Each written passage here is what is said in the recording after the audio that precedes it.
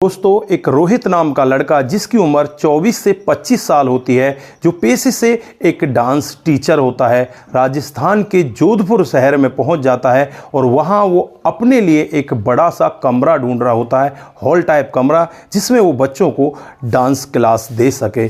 दोस्तों, इसी तरह से वो कभी इस घर पर जाता तो कभी दूसरी दुकान पर चला जाया करता।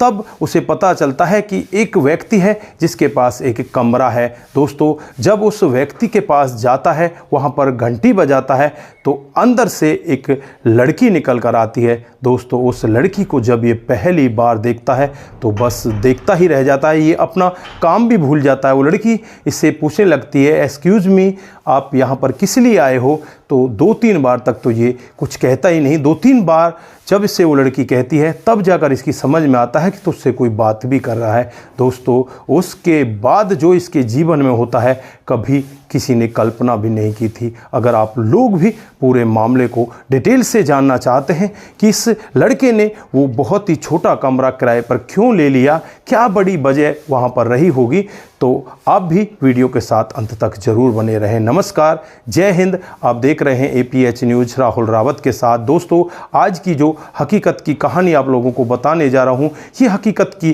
कहानी राजस्थान के जोधपुर शहर की है। यहाँ पर रोहित नाम का एक लड़का जिसकी उम्र 24 साल होती है, देखने में वो अच्छा सुंदर लड़का होता है। दोस्तों, वो डांस का टीचर होता है और डांस की क्लास लगाने के लिए ही वो जोधपुर शहर में आता है और यहाँ पर वो एक कमरा ढूंढने लगता है। पर जगह जगह जाता और वहाँ पर यही पूछने लगता कि कोई मुझे कमरा मिल जाएगा क्या।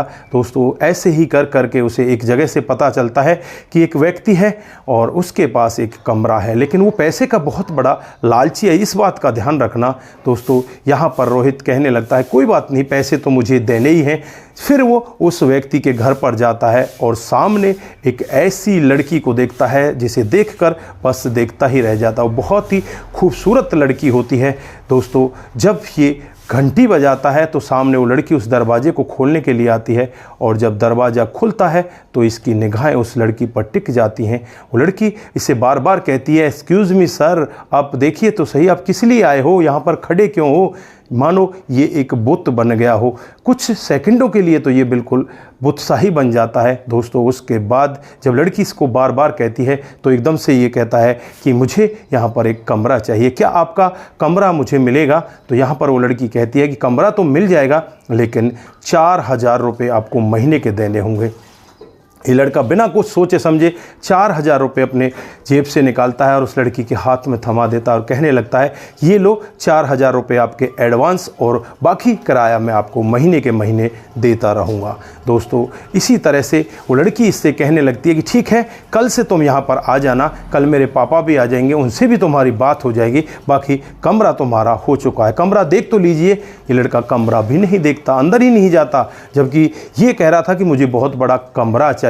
लेकिन आज इसको पता नहीं हो क्या गया है, ना तो इसने कमरा देखा ना कुछ देखा, ये सीधे वापस चला जाता है। दोस्तों, जैसे ही अगला दिन आता है तो अगले दिन ये अपना सामान लेकर उस घर में पहुंच जाता है तो सामने इस लड़की के पिताजी होते हैं। लड़की का नाम पूजा होता है।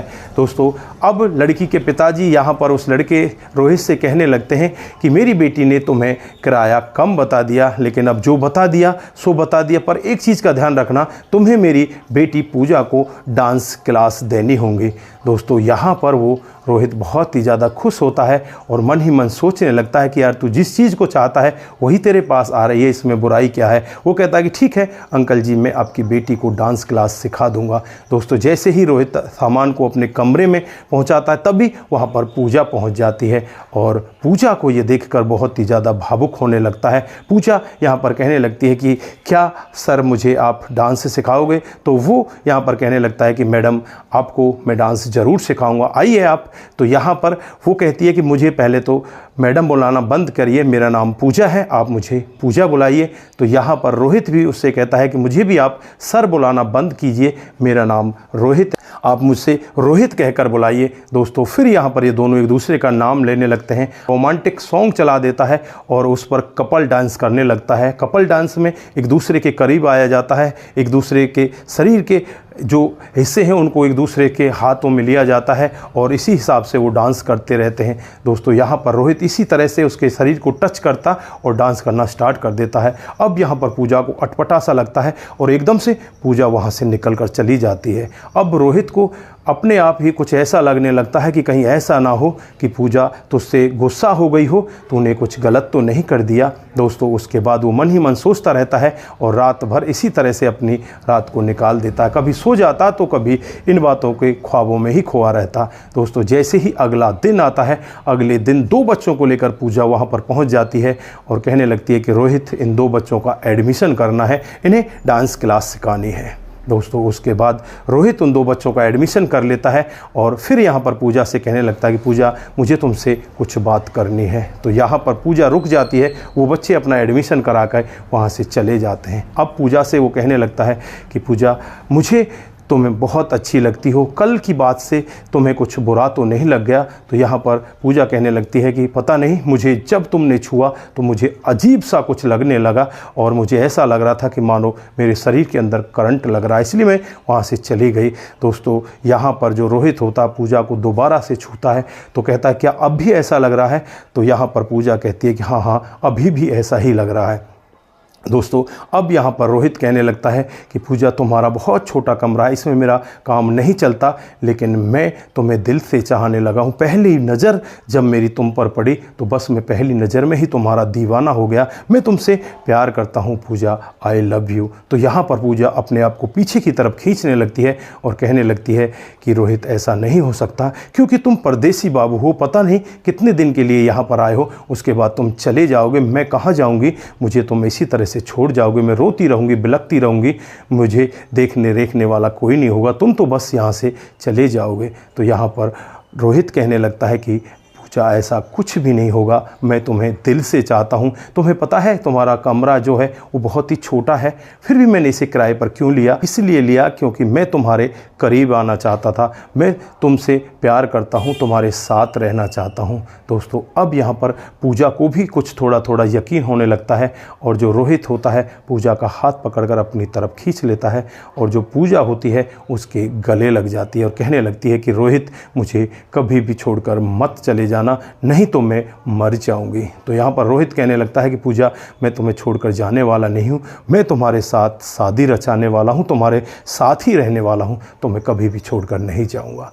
दोस्तों उस दिन के बाद से यहाँ पर रोहित अपने कामकाज को आगे बढ़ा देता है और इन दोनों का प्यार इतनी अच्छी तरह से आगे बढ़ने लगता है। और एक दिन जब पूजा के पापा को इस सब के बारे में पता चलता है तो पूजा के पापा को बहुत ही बड़ा गुस्सा आता है और इस रोहित को घर से बाहर निकाल दिया जाता है। दोस्तों यहाँ पर रोहित और पूजा एक दूसरे के लिए तड़पने लगते हैं और फिर एक दिन रोहित दोबारा इनके घर पर आता है और उसके पिताजी से यही कहता है कि अगर आप हमें अलग कर दोगे तो हम दोनों के दोनों मर जाएंगे। आप हमें क्यों मार देना चाहते हो? हमारे जीवन को क्यों ख़त्म करना चाहते हो? हम दोनों एक दूसरे से प्यार करते हैं, हमने गुनाह क्या किया है? मैं आपकी बेटी को हमेशा खुश रखूँगा। दोस्तों फिर यहाँ पर जो पूजा के पिताजी होते हैं उस लड़के की जांच पड़ताल करते हैं, उसके बैकग्राउंड के बारे में जांच पड़ताल करते हैं। करीब करीब 15 से 20 दिन का समय लग जाता है। 20 दिन के बाद जो पूजा के पापा होते हैं वो भी राजी हो जाते हैं और कहने लगते हैं कि तुम्हारा वाकई में ही सच्चा प्यार है, तुम वाकई में ही इसी लड़की से प्यार करते हो, इसलिए मैं तुम दोनों के इस प्यार से प्रसन्न हूँ और तुम दोनों की शादी करा देना चाहता हूँ। दोस्तों कुछ दिन बाद ही इन दोनों की अब शादी होने वाली है। 2024 में ये लोग आपस में मिले थे, आज 2025 है, अभी भी इनका प्यार चल रहा है। यहाँ पर पिताजी की भी रजामंदी हो गई है, उनकी माँ की भी रजामंदी हो गई है। अब घर वालों की इच्छा से ही इन दोनों की शादी होगी और बड़े आराम से ये दोनों एक साथ में रहेंगे। तो दोस्तों ये थी आज की एक छोटी सी प्यार की कहानी। आप लोगों को कैसी लगी? अगर आपको जरा सी भी प्रभावित करती है, जरा सी भी अच्छी लगती है तो दोस्तों के साथ ज़रूर शेयर करके जाएं। दोस्तों आज के लिए बस इतना ही, फिर मिलते हैं किसी नए मोड़ के साथ। तब तक के लिए आप अपना ख्याल रखें, परिवार का ख्याल रखें, सतर्क रहें, सावधान रहें। नमस्कार, जय हिंद,